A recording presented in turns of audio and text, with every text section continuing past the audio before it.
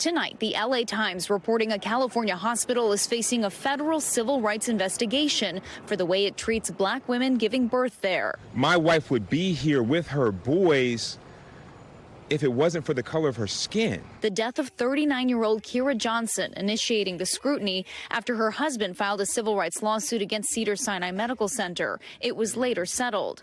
Kira and her husband Charles, already parents to one son, a picture-perfect family, when she died after a scheduled C-section delivery of their second child in 2016. After allowing my wife to bleed and suffer needlessly, while my family and myself begged and pleaded for them to simply just treat her with dignity and respect. The case bolstered by this video deposition from Angelique Washington, a former surgical technician at Cedars-Sinai who was in Kira's operating room. The room started to look like a murder scene, a crime scene.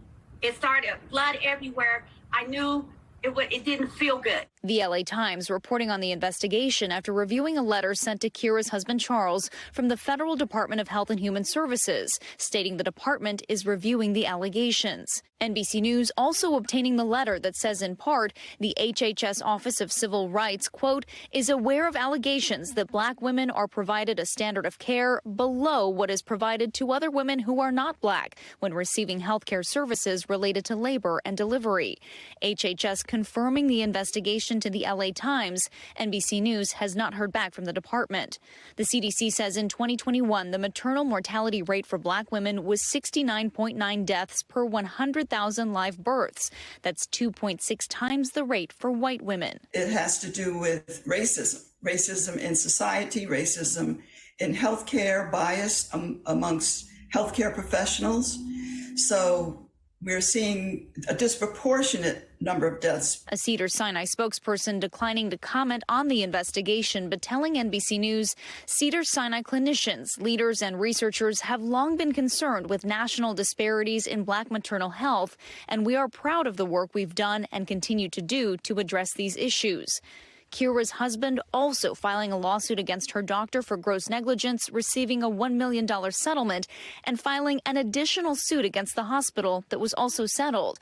Johnson vowing that the pain his family has endured will shed light on the devastating consequences.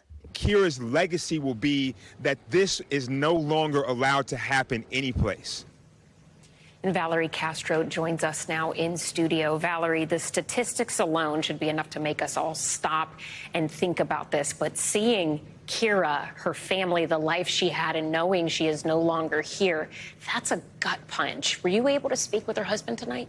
Allison, it's a devastating story, but her husband, Charles, says he is happy that this issue is now being taken seriously. He says after he came forward with the story of what happened to Kira and their family, he heard from other families who experienced similar tragedies. He said he hopes this investigation leads to change not only at Cedars-Sinai, but other hospitals and other healthcare systems across the country. Valerie Castro, thank you so much for that important report. We appreciate it.